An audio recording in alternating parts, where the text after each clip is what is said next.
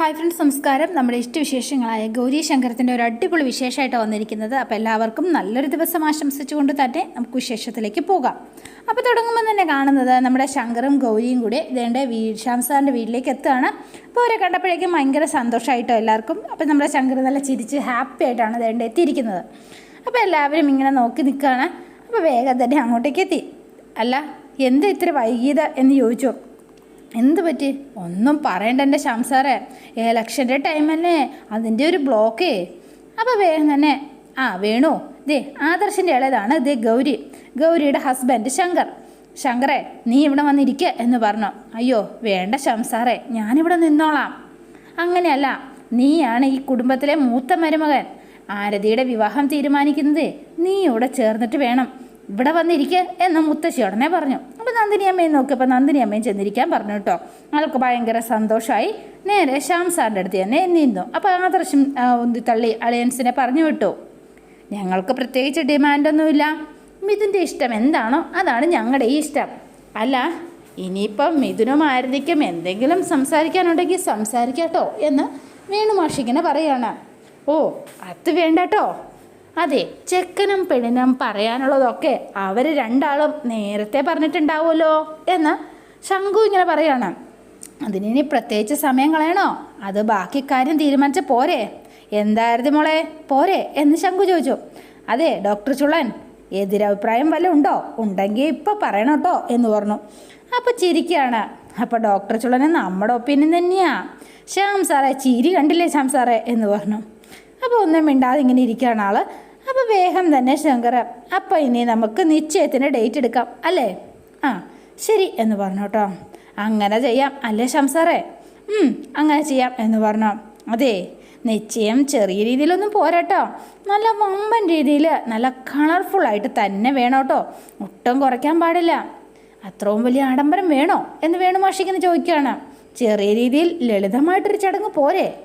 ഏയ് അത് പോരട്ടോ, എൻ്റെ പെങ്ങളൂട്ടിയുടെ നിശ്ചയമാ, നല്ല ആഡംബരമായിട്ട് നല്ല അടിപൊളിയായിട്ട് അതങ്ങ് നടത്തണം കേട്ടോ, അത് തീരുമാനിച്ചത് തന്നെയാ എന്ന് ശങ്കർ ഇങ്ങനെ പറഞ്ഞു. അപ്പോൾ ഇവർക്കും ഇഷ്ടപ്പെട്ടു.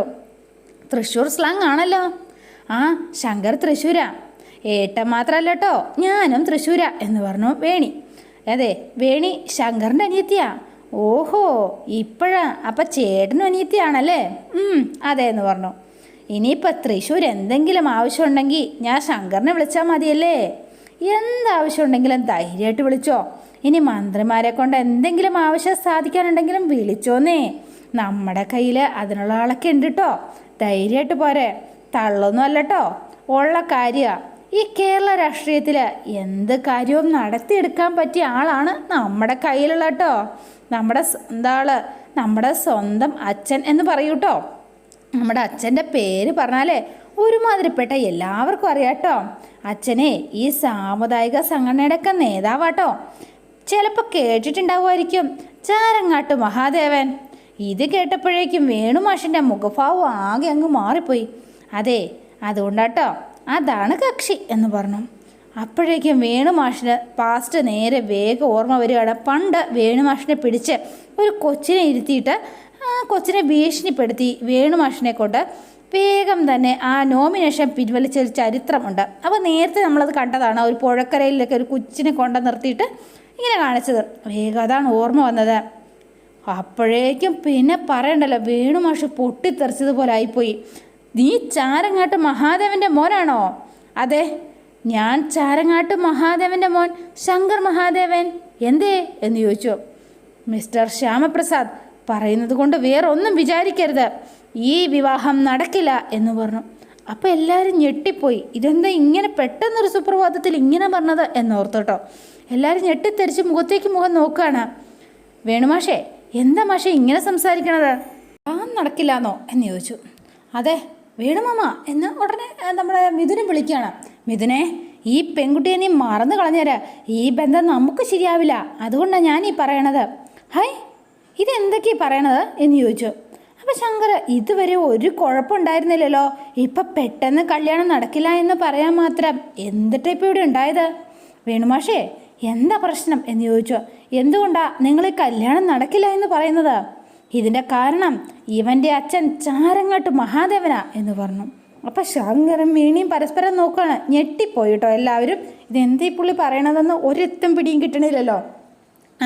കാരണം എന്താണെന്ന് വെച്ചാലേ ഞാൻ തന്നെ വിശദമായിട്ട് പറയാം എന്ന് പറഞ്ഞു. അല്ല, നമ്മുടെ അച്ഛനോ? അതെ, അയാൾ തന്നെ കാരണം എന്ന് പറഞ്ഞു. വീണ്ടും ശങ്കർ ചോദിക്കുകയാണ്, ചാരങ്ങാട്ട് മഹാദേവനെ പോലെ ക്രിമിനൽ ബന്ധമുള്ള കുടുംബവുമായിട്ട് എനിക്കോ എൻ്റെ കുടുംബത്തിനോ യാതൊരു ബന്ധുത്വവും വേണ്ട. അത് ഞങ്ങൾ തീരുമാനിച്ച കാര്യമാണ്.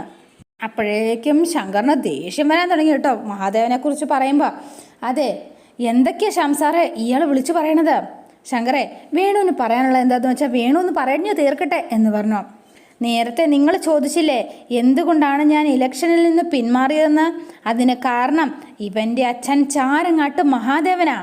എന്താന്ന് കാരണമെന്നുകൂടി നിങ്ങൾക്ക് കേൾക്കണ്ടേ? അയാൾ എന്നോട് ചെയ്ത ക്രൂരത എന്താന്ന് നിങ്ങളൊന്ന് കേട്ടു നോക്ക്.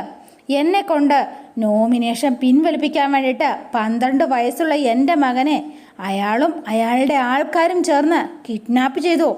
അവനെ കൊല്ലുമെന്ന് അയാളെന്നെ ഭീഷണിപ്പെടുത്തി. എൻ്റെ മകനെ വെച്ച് അയാൾ വിലപേശി. അയാളുടെ ഭീഷണിക്ക് മുൻപിൽ എനിക്ക് തോറ്റു കൊടുക്കേണ്ടി വന്നു. അതാണ് സത്യം. അപ്പോൾ കാര്യങ്ങളൊക്കെ ശംസാറിന് മനസ്സിലായി. ഞാൻ വിശ്വസിച്ച പ്രസ്ഥാനത്തിന് ഒരു മാറ്റമുണ്ടായി കാണാൻ ആഗ്രഹിച്ച ജനങ്ങളെ അവരെ എല്ലാവരെയും എനിക്ക് വഞ്ചിക്കേണ്ടി വന്നു. അതെല്ലാത്തിനും കാരണം ഞാൻ എൻ്റെ നോമിനേഷൻ പിൻവലിച്ചു. അധികാരത്തിൻ്റെ ഇടനാഴിയിൽ ചോര കുടിച്ച് വീർത്ത ഒരു രാക്ഷസനാണ് ചാരങ്ങാട്ട് മഹാദേവൻ എന്ന് പറഞ്ഞു. അപ്പോഴേക്കും പിന്നെ പറയേണ്ട കാര്യമില്ലല്ലോ. ശങ്കറിൻ്റെ സകല കൺട്രോളും പോയി. ശങ്കർ ചാടി എഴുന്നേറ്റ് ഇയാളുടെ കുത്തിന് കയറി അങ്ങ് പിടിച്ചു. ഇനി എൻ്റെ അച്ഛനെക്കുറിച്ച് ഒരു വാക്ക് പറഞ്ഞാൽ ഇയാളുടെ കാരണക്കുറ്റി അടിച്ച് ഞാൻ പൊട്ടിക്കും എന്ന് പറഞ്ഞു. ശങ്കർ ഇങ്ങനെ കോർലറിന് പിടിച്ചിങ്ങനെ നിർത്തിയിരിക്കുകയാണ്. അപ്പോൾ ആദർശ് പറഞ്ഞു, ശങ്കറെ നീ എന്ത് കാണിക്കുന്ന വിട് എന്ന് പറഞ്ഞു. അപ്പോൾ ഉടനെ ശ്യാം സാറ്, നീ വിടാനല്ലേ പറഞ്ഞത്? നീ മര്യാദയ്ക്ക് വേണുവിൻ്റെ കോളറിൽ നിന്ന് വിട് ശങ്കറെ, അതാ നിനക്ക് നല്ലതാ. ദേ വേണുവിനെ വിടാൻ എന്ന് പറഞ്ഞു. അവസാനം ശങ്കർ കോളറിൽ നിന്ന് വിട്ടു. അപ്പോൾ എല്ലാവരും കണ്ട് ഇതിങ്ങനെ നിൽക്കുകയാണ് കേട്ടോ. ഇതെന്താ സംഭവിക്കുന്നതെന്ന് ഇവർക്ക് ആർക്കും മനസ്സിലായതേ ഇല്ല. അതുപോലത്തെ അവസ്ഥയിലായിപ്പോയി എല്ലാവരുടെ. അപ്പോൾ വേഗം തന്നെ, ശ്യാം സാറേ, എൻ്റെ അച്ഛനെ പറ്റി ഇയാൾ പറയണതൊക്കെ ശ്യാം സാറും കേട്ടതല്ലേ? എന്നിട്ട് എന്ത് അപവാദങ്ങളൊക്കെ ഇയാൾ പറഞ്ഞു കൂട്ടിയത്? ഇയാളെ തല്ലാണ്ട് വിടണമെങ്കിൽ ശങ്കർ മഹാദേവൻ അല്ലാണ്ടിരിക്കണം. മനസ്സിലായോ നിങ്ങൾക്ക് എന്ന് ചോദിച്ചു. ഈ വേണുമാഷിനെ ഞാൻ തല്ലോ ശ്യാം സാറേ, അത് ഉറപ്പാട്ടോ. ശങ്കറെ, ഈ വേണു എൻ്റെ അതിഥിയാ, അത് നീ ആദ്യം മനസ്സിലാക്കണം എന്ന് പറഞ്ഞു. ഇയാളെ തല്ലാൻ ഞാൻ അനുവദിക്കുമെന്ന് നിനക്ക് തോന്നുന്നുണ്ടോ? ശ്യാം സാറേ, ശങ്കർ, അയാൾ പറഞ്ഞതിൽ എന്താ തെറ്റ്? നിൻ്റെ അച്ഛൻ ഒരു ക്രിമിനൽ തന്നെയല്ലേ എന്ന് ചോദിച്ചു. അതെങ്ങനെയാണ് ശരിയാകുക എന്ന് ചോദിച്ചപ്പോഴത്തേനും ഗൗരിക്ക് അടി കിട്ടിയ പോലെ ഗൗരി നിർബന്ധിച്ചിട്ടാണ് കയറി വന്നത്. ശ്യാം സാറേ, എൻ്റെ അച്ഛനെ പറ്റിയാ പറയണമെന്ന് മറക്കല്ലേ. ഇപ്പം പറഞ്ഞതാണ് തെറ്റ്. നിൻ്റെ അച്ഛൻ ചെയ്ത പ്രവൃത്തികളോ? നിൻ്റെ അച്ഛൻ എന്നെയും എൻ്റെ മകളെയും അപമാനിച്ചതിന് നീയും സാക്ഷിയല്ലേ? മറ്റുള്ള മനുഷ്യരോട് എന്തൊക്കെ വൃത്തികേടുകളാണ് കാണിച്ചിട്ടുള്ളത് എന്ന് ചോദിച്ചു. ഒന്നും മിണ്ടിയില്ല. ഗൗരി ഇങ്ങനെ നോക്കി. നിങ്ങളുടെ മക്കൾക്ക് അഭിമാനിക്കാൻ എന്തെങ്കിലും അച്ഛൻ ചെയ്തു വച്ചിട്ടുണ്ടോ? ഉണ്ടെങ്കിൽ പറ, നിൻ്റെ അച്ഛൻ എന്താ ചെയ്തിട്ടുള്ളത്? ഒന്ന് പറ ശങ്കർ എന്ന് പറഞ്ഞു. അപ്പം ശങ്കർ ഇങ്ങനെ പരസ്പരം നോക്കി. എന്തേ, നിനക്കൊന്നും പറയാനില്ലേ എന്ന് ചോദിച്ചു. നീ തിരുത്തേണ്ടത് നിൻ്റെ അച്ഛനെയാണ്, അല്ലാണ്ട് നാട്ടുകാരുടെ മെക്കിട്ട് കയറുക അല്ല ചെയ്യേണ്ടത്. ശ്യാം സാറേ, മതി കേട്ടോ, ഇനി കൂടുതലൊന്നും ഇങ്ങോട്ട് പറയണ്ട കേട്ടോ. കേട്ടെടുത്തോളം, തൃപ്തിയായി. ഇനി ഞാൻ ഇവിടെ ഒരിക്കലും വരാൻ പാടില്ലായിരുന്നു, ഞാൻ പൊക്കോളാം എന്ന് പറഞ്ഞുകൊണ്ട് വേഗം തന്നെ ശങ്കർ അവിടെ നിന്ന് ഇറങ്ങി കേട്ടോ. അപ്പോൾ ഇത് കണ്ടപ്പോഴത്തേനും ഗൗരിക്കും ഭയങ്കര സങ്കടമായിപ്പോയി. അപ്പോൾ ഗൗരി നേരെ ശ്യാം സാറിൻ്റെ അടുത്ത് ചെന്നപ്പോഴത്തേട്ട്, അച്ഛാ ഇത് കുറച്ച് ക്രൂരമായിപ്പോയി അച്ഛാ, ഇത്രയ്ക്ക് വേണ്ടിയിരുന്നില്ല എന്ന് ഗൗരിയും പറഞ്ഞു. ഗൗരിക്ക് മഴ കിട്ടിയ പോലെ ആയിപ്പോയി. ഗൗരിയും അങ്ങോട്ടേക്ക് ഇറങ്ങിപ്പോയി. ഇത് കണ്ട മുത്തശ്ശിയും നന്ദിനിയമ്മയും എല്ലാവരും ആകെ വിഷമിച്ചിങ്ങനെ നിൽക്കുകയാണ്, എന്താ ചെയ്യേണ്ടതെന്നറിയാതെ. അപ്പോൾ പിന്നെ വേണി ഇങ്ങനെ നോക്കി ഇത് കുറേ നേരം നിന്നിട്ട്, പ്രൊഫസറെ കൺമുന്നിൽ വെച്ചിട്ട് സ്വന്തം അച്ഛനെ കുറ്റം പറഞ്ഞാലേ അച്ഛനോടുള്ള സ്നേഹമുള്ള ഏത് മക്കൾക്കും വേദനിക്കും. പ്രൊഫസർ ഏട്ടനോട് ചെയ്തത് ഒട്ടും ശരിയായില്ല കേട്ടോ എന്ന് പറഞ്ഞിട്ട് വേണിയും ചവിട്ടി തുള്ളിയകത്തേക്ക് ഇങ്ങ് കയറിപ്പോയി. ഇനി എന്തിനാ നമ്മളിവിടെ നിൽക്കുന്നത്, നമുക്കിറങ്ങാം എന്ന് പറഞ്ഞുകൊണ്ട് വേഗം മിഥുനെയും കൂട്ടിക്കൊണ്ട് ഇവരിറങ്ങുകയാണ്. വേണു, മഹാദേവൻ നല്ലവനാണെന്നൊന്നും ഞാൻ പറയണില്ല ഒരിക്കലും, പക്ഷേങ്കിൽ അയാൾ ചെയ്തതിന് തെറ്റിന് ഈ കുട്ടികളെ ശിക്ഷിക്കണോ എന്ന് ചോദിച്ചു. ചാരങ്ങാട്ട് മഹാദേവനെ പോലെ ഒരു ക്രിമിനലിൻ്റെ കുടുംബത്തിലേക്ക് സ്വന്തം മകളെ കെട്ടിച്ചയക്കാനായിട്ട് നിങ്ങൾക്കൊരു മണിയും കാണില്ലായിരിക്കും. നിങ്ങളെപ്പോലല്ല മറ്റുള്ളവർ, അത് നിങ്ങൾ ആദ്യം മനസ്സിലാക്കണം. ചാരങ്ങാട്ട് മഹാദേവനെ പോലെ ഒരു ക്രിമിനൽ എൻ്റെ ബന്ധുവാണെന്ന് പറയാനായിട്ട് എനിക്ക് നാണക്കേടാ എന്ന് പറഞ്ഞുകൊണ്ട് ദേ എല്ലാം ഇവിടെ കൊണ്ട് അവസാനിച്ചു, ബാ ഇങ്ങോട്ട് എന്ന് പറഞ്ഞ് അമ്മേനെയും ചേച്ചീനെയൊക്കെ വിളിക്കുകയാണ്. മിഥുനെ നല്ലൊരു പെൺകുട്ടീനെ കണ്ടുപിടിച്ച് നല്ലൊരു കുടുംബത്തിൽ നിന്ന് ഞങ്ങൾ വിവാഹം കഴിപ്പിച്ചോളാം, വാടാ ഇങ്ങോട്ട് എന്ന് പറഞ്ഞുകൊണ്ട് ഇവരെല്ലാവരും ഇറങ്ങിപ്പോയി കേട്ടോ. ഇതോടെ കണ്ടപ്പോഴത്തേനും ആരതിക്ക് സഹിക്കാൻ പറ്റിയില്ല. ആരതി മോളെ എന്ന് വിളിച്ചുകൊണ്ട് അമ്മയും മുത്തശ്ശിയും ആരതിയുടെ പുറകെയും പോയി. അപ്പോൾ ഇനി എന്ത് ചെയ്യാൻ? ആശാം സാറും ആദർശും ഇങ്ങനെ നിസ്സഹായമായിട്ട് രണ്ടുപേരും നിൽക്കുകയാണ്. അപ്പോൾ ശങ്കർ ദേഷ്യപ്പെട്ട് ഇറങ്ങി ചെല്ലുമ്പോഴത്തേനും ഗൗരി ഓടിച്ചെന്ന് ശങ്കർ എന്ന് പറഞ്ഞ് കൈക്ക് പിടിച്ചു. ഇതിനൊക്കെ സംഭവിക്കുമെന്ന് ഞാൻ ഒരിക്കലും കരുതിയില്ല. എനിക്കറിയായിരുന്നു ഇങ്ങനെ എന്തെങ്കിലുമൊക്കെ സംഭവിക്കുമെന്ന്. വരണില്ല എന്ന് നിന്നോട് ഞാൻ 1000 വട്ടം പറഞ്ഞതല്ലേ ഗൗരി? എന്നിട്ട് എൻ്റെ വാക്കിന് നീ എന്തെങ്കിലും വില കൽപ്പിച്ചോ ഗൗരി? ഇപ്പോൾ നിങ്ങൾ ഈ പഠിപ്പുകാരുടെ അടുക്ക് വന്നാൽ നമ്മളെ ഈ നാണം കെടുത്തുന്ന എന്തെങ്കിലും പരിപാടി ഒപ്പിക്കും. ഒരുമാതിരി ഒരു വേണുമാഷ, ആ വാഷ് ഔട്ട് കാരണം എനിക്ക് വയറ് നിറച്ച് കിട്ടിയില്ലോ. ഇപ്പം അവനെ 2 എണ്ണം കൊടുക്കാതെ എനിക്ക് ഒരു സമാധാനം ഇല്ല കേട്ടോ എന്ന് പറഞ്ഞു. ശ്യാം സാറിനോടൊക്കെ നമ്മൾ കാണിക്കുന്ന സ്നേഹവും ബഹുമാനവും ഒന്നും പുള്ളിക്ക് മനസ്സിലാവണില്ലെന്നാണ് തോന്നുന്നത്. നിങ്ങളുടെയൊക്കെ സ്വഭാവം ശരിക്കും അറിയാവുന്നത് കൊണ്ടാണ് മര്യാദയ്ക്ക് ഞാൻ കാറിലിരുന്നോളാം എന്ന് ഞാൻ പറഞ്ഞത്. അപ്പം നിനക്ക് പറ്റില്ല, നിനക്ക് എന്നെ അങ്ങോട്ടേക്ക് കെട്ടിയെടുക്കണം. ഇപ്പം നിനക്ക് സമാധാനമായോ, സന്തോഷമായോ? ശങ്കർ, എൻ്റെ അച്ഛന് വേണ്ടിയിട്ട് ഞാൻ നിന്നോട് ശങ്കറിനോട് മാപ്പ് പറയാം. അയ്യോ, നിങ്ങളുടെ മെയിൻ ഐറ്റമാണ് ഇപ്പോൾ ഇതേ പുറത്തിറങ്ങിയത്, മാപ്പ് ചോദിക്കൽ. എന്നോട് ആരും ഒരു മാപ്പും ചോദിക്കണ്ട കേട്ടോ എന്ന് പറഞ്ഞു. എന്താണെന്ന് വെച്ചാൽ എല്ലാവരുടെ മുൻപിൽ മനുഷ്യനെ നാണം കെടുത്തിയിട്ട് അവസാനം മാപ്പ് ചോദിച്ചാൽ മതിയല്ലോ.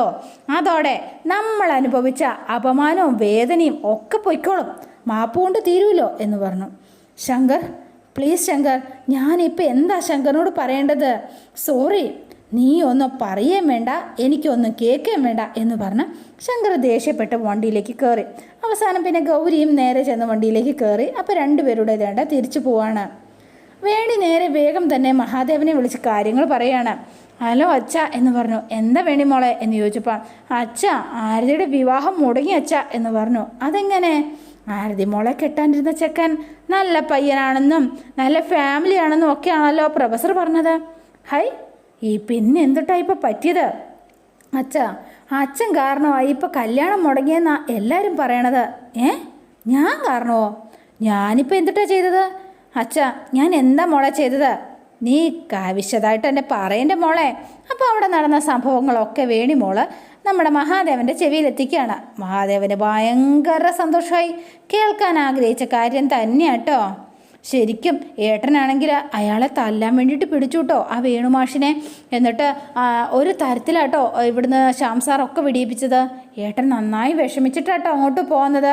അത്രയ്ക്ക് മോശമായിട്ടാ വേണുമാഷ് അച്ഛനെക്കുറിച്ച് സംസാരിച്ചത്. ദേ പ്രൊഫസർ തടഞ്ഞതുകൊണ്ടാട്ടോ, അല്ലെങ്കിലുണ്ടല്ലോ അതെ ഏട്ടനെ ആ മാഷിനെ ഇടിച്ച് കൊന്നു കളഞ്ഞാനെ. ആ മാഷിനെ 2 എണ്ണം പോഷണമെന്നാണ് എനിക്ക് വരെ തോന്നിയിട്ടോ സത്യത്തിൽ എന്ന് പറഞ്ഞു. അച്ഛൻ വെറും ക്രിമിനലാണെന്ന് വരെ എല്ലാവരുടെ മുൻപിൽ വെച്ച് അയാൾ പറഞ്ഞോ. എനിക്കുണ്ടല്ലോ, എനിക്കിതൊന്നും സഹിക്കാൻ പറ്റില്ല അച്ഛാ. അയ്യോ എൻ്റെ വേണിമോളെ, സാരമില്ല, അത് പോട്ടെ, അത് വിട്ടുകള മോളെ എന്ന് പറഞ്ഞു. ദേ അച്ഛൻ്റെ വേണിമോള് ഇങ്ങനെ കരയരുത് കേട്ടോ. മോള് കരഞ്ഞാൽ അച്ഛന് സഹിക്കാൻ പറ്റില്ല കേട്ടോ. അച്ഛനെ പറ്റിയിട്ട് ആര് വേണമെങ്കിലും എന്ത് വേണമെങ്കിലും പറഞ്ഞോട്ടെ. അച്ഛൻ അതൊന്നും ഒരു പ്രശ്നേ അല്ല. അച്ഛനെ അധ്വാനിച്ചുണ്ടാക്കിയ കാശാണ് ഓരോ രൂപയും. അത് മാത്രമല്ല, അതെൻ്റെ മക്കൾക്ക് വേണ്ടിയിട്ടാണ്, എൻ്റെ കുടുംബത്തിന് വേണ്ടിയിട്ടാണ്, എൻ്റെ മക്കളുടെയും അടുത്ത തലമുറയ്ക്ക് വേണ്ടിയിട്ടാണ് അച്ഛൻ ഉണ്ടാക്കുന്നത്. അതുകൊണ്ട് ഈ സമയത്ത് അച്ഛൻ്റെ വേണിമോള് വിഷമിപ്പിക്കാൻ പാടില്ല കേട്ടോ. മനസ്സിലാവുന്നുണ്ടോ? അത് അച്ഛൻ്റെ പേരക്കുട്ടിക്ക് വരെ കേടാണ്. മനസ്സിലാവുന്നുണ്ടോ? ദേ പിന്നെ ആ വേണുമാഷിൻ്റെ കാര്യം അത് അച്ഛൻ നോക്കിക്കോളാട്ടോ. മോള് ഫോൺ വെച്ചേ. അതെ അച്ഛൻ കുറച്ച് കഴിഞ്ഞിട്ട് അങ്ങോട്ട് പിന്നെ വിളിക്കാന്നേ എന്ന് പറഞ്ഞു ഫോൺ വെച്ചു. എന്നിട്ട് മഹാദേവനാകെ സന്തോഷിച്ച് തീമിർത്ത് നടക്കുകയാണ്. അപ്പോഴാണ് രാധാമണി അങ്ങോട്ടേക്ക് പറഞ്ഞത്. എൻ്റെ രാധാമണി തങ്കച്ചി, നമ്മളുടെ എല്ലാ കാര്യങ്ങളും സക്സസ്. അതെ പ്രൊഫസറുടെ മോളുടെ കല്യാണം മുടങ്ങി. അതെങ്ങനെ എന്ന് ചോദിച്ചു രാധാമണി. അതെ ആ ഡോക്ടർ ചെക്കനുണ്ടല്ലോ, അതാരാന്നറിയോ? അത് വേണുമാഷിൻ്റെ അനന്തരവനാണ്. ഏത് വേണുമാഷാണെന്ന് ഞാൻ പറഞ്ഞു തരാട്ടോ വിശദമായിട്ട്. ഈ വേണുമാഷിനെ ഞാൻ പണ്ടൊരു പണി 8ൻ്റെ പണി കൊടുത്തിട്ടുണ്ട്. ആ ഓ അതെയോ, അയാൾ അതിൻ്റെ പ്രതികാരം തീർത്തത് ഈ കല്യാണം മുടക്കിയിട്ടാ. എന്താണെങ്കിലും മനസ്സിലായോ നിനക്ക് എന്ന് ചോദിച്ചു. അതെ മണ്ടൻ, ഇതുപോലൊരു മരം മണ്ടൻ. ഹോ എന്താണേലും നന്നായി, അവളുടെ അഹങ്കാരത്തിന് കിട്ടിയ തിരിച്ചടിയായത്. ആ അത് തന്നെ, ഈ കല്യാണാലോചനയെ എങ്ങനെയെങ്കിലും ഒന്ന് മുടക്കണം എന്ന് ഞാനേ പല വഴിയും ആലോചിച്ചുകൊണ്ടിരുന്നതാ. ഇനി ഞാനായിട്ടൊന്നും ചെയ്യേണ്ടി വന്നില്ല. എന്തായിരുന്നു പ്രൊഫസറുടെ ഒരു അഹങ്കാരം. ഡോക്ടർ കെട്ടാൻ പോണ ചേക്കൻ ഡോക്ടറാണ്, മൃഗ ഡോക്ടറല്ല, മനുഷ്യനെ ചികിത്സിക്കുന്ന ഡോക്ടർ എന്നൊക്കെയാ പറയണത്. എന്തെങ്കിലും കുഴപ്പമുണ്ടോ എന്നൊക്കെ. എന്നിട്ടിപ്പോൾ എന്തായി? ഓ രാധാമണിക്ക് സന്തോഷമായി. ഇപ്പോഴേ ഞാനായിട്ട് ഒന്നും ചെയ്തില്ലെങ്കിലും ചാരങ്ങാട്ട് മഹാദേവൻ ഒരൊറ്റ പേരിൽ, ആ ഒരൊറ്റ പേരുകൊണ്ട് കല്യാണം മുടങ്ങിയില്ലേ. പ്രൊഫസർക്ക് നല്ലൊരു പണി കിട്ടിയിട്ടുണ്ട്. സൂപ്പർ. ഓ ഒരു കല്യാണമല്ലേ മുടങ്ങിയിട്ടുള്ളൂ, അവൾക്ക് ചിലപ്പോൾ ഇതിനേക്കാൾ നല്ല ആലോചനകൾ വന്നാലോ. എടി രാധേ, ഒരിക്കലുമില്ല. ഈ ചാരങ്ങാട്ട് വീടിൻ്റെ മുന്നിൽ വെച്ച്, അല്ലെങ്കിൽ ഉള്ളിൽ വെച്ച്, ഈ ചാരങ്ങാട്ട് മഹാദേവൻ്റെ മുന്നിൽ വെച്ച് എൻ്റെ മോൻ്റെ ചെകിടത്തടിച്ച അവളെ ഒരിക്കലും ഞാൻ വെറുതെ വിടുമെന്ന് നിനക്ക് തോന്നുന്നുണ്ടോ? അവൾക്ക് ഒരിക്കലും ഒരു ജീവിതവും ഉണ്ടാവാൻ പാടില്ല. അതിന് ഞാൻ സമ്മതിക്കില്ല എന്ന് പറഞ്ഞ് നിൽക്കുകയാണ് മഹാദേവൻ. അപ്പോൾ എന്തോ മനസ്സിൽ കണക്ക് കൂട്ടിയിട്ടുണ്ടല്ലോ. ഉണ്ടടി, ഉണ്ട്, എല്ലാം ഉണ്ട്. എടി രാധാമണി തങ്കച്ചി, ഈ ചാരങ്ങാട്ട് മഹാദേവനെ കളി തുടങ്ങിയിട്ടേ ഉള്ളൂ, ഒന്നും ആയിട്ടില്ല. ഒന്നുമല്ല, സിമ്പിൾ ഡോസ് മാത്രം. ഇനിയാണ് പുതിയ കളി തുടങ്ങാൻ പോണത്. പിന്നെ കാണുന്നത് ശ്യാം സാറിൻ്റെ വീട്ടിലാണ്. അവർക്ക് വേണ്ടിയിട്ട് വാങ്ങിച്ചു വെച്ച പലഹാരങ്ങളും ഒക്കെ ഇങ്ങനെ നിരത്തി വെച്ചിരിക്കുകയാണ്. ഇനി എന്ത് ചെയ്യും? ആകെ സങ്കടത്തിലുമായിട്ടോ എല്ലാവരും. അപ്പോൾ വേഗം തന്നെ ഇവരിങ്ങനെ മിണ്ടാതെ എല്ലാവരും മുഖമായിട്ടിരിക്കുകയാണ്. അപ്പം നന്ദിനിയമ്മ നോക്കിയിട്ട്, ശ്യാമേട്ടൻ എന്താ ഈ കാണിച്ചത് എന്ന് ചോദിച്ചു. ഇതല്ലാതെ പിന്നെ ഞാൻ എന്ത് ചെയ്യണമായിരുന്നു നന്ദിനി എന്ന് ചോദിച്ചു. ശ്യാമേ, ശങ്കർ നമുക്ക് അന്യനാണോ? നമ്മുടെ കുഞ്ഞല്ലേ അവൻ. നീ എന്താ നമ്മുടെ ഗൗരിയുടെ ഭർത്താവല്ലേ? ഒരിക്കലും നീ അവനോട് ആ രീതിയിൽ സംസാരിക്കാനേ പാടില്ലായിരുന്നോ എന്ന് പറഞ്ഞു. അമ്മേ, എന്താ അവൻ്റെ അച്ഛൻ ഒരാൾ കാരണമാണ് എൻ്റെ മോക്ക് കിട്ടേണ്ടിരുന്ന നല്ലൊരു ബന്ധം ഇപ്പം നഷ്ടമായിരിക്കുന്നത്. അതിൽ നിങ്ങൾക്കാർക്കും ഒരു വേദനയില്ലേ എന്ന് ചോദിച്ചു. അപ്പോൾ ഈ സമയത്ത് പ്രൊഫസറെ എന്ന് വിളിച്ചുകൊണ്ട് വേണി അങ്ങോട്ടേക്ക് എത്തുകയാണ്. അതോടെയാണ് ഇന്നത്തെ വിശേഷം അവസാനിക്കുന്നത്. ഇനി നാളത്തെ വിശേഷം ഇതിലും ഗംഭീരമാണ്. അപ്പോൾ എല്ലാവരും കാത്തിരിക്കുക. ഇഷ്ടപ്പെട്ടുവെങ്കിൽ ലൈക്ക് ചെയ്യുക, ഷെയർ ചെയ്യുക. തൊട്ടടുത്ത് ആ ബെൽ ബട്ടൺ കൂടെ ഒന്ന് ഞെക്കുകയാണെങ്കിൽ ഞാനിടുമ്പോൾ തന്നെ നോട്ടിഫിക്കേഷൻ ലഭിക്കുന്നതായിരിക്കും. പുതുപുത്തൻ വിശേഷമായിട്ട് എത്താം. Bye and see you again.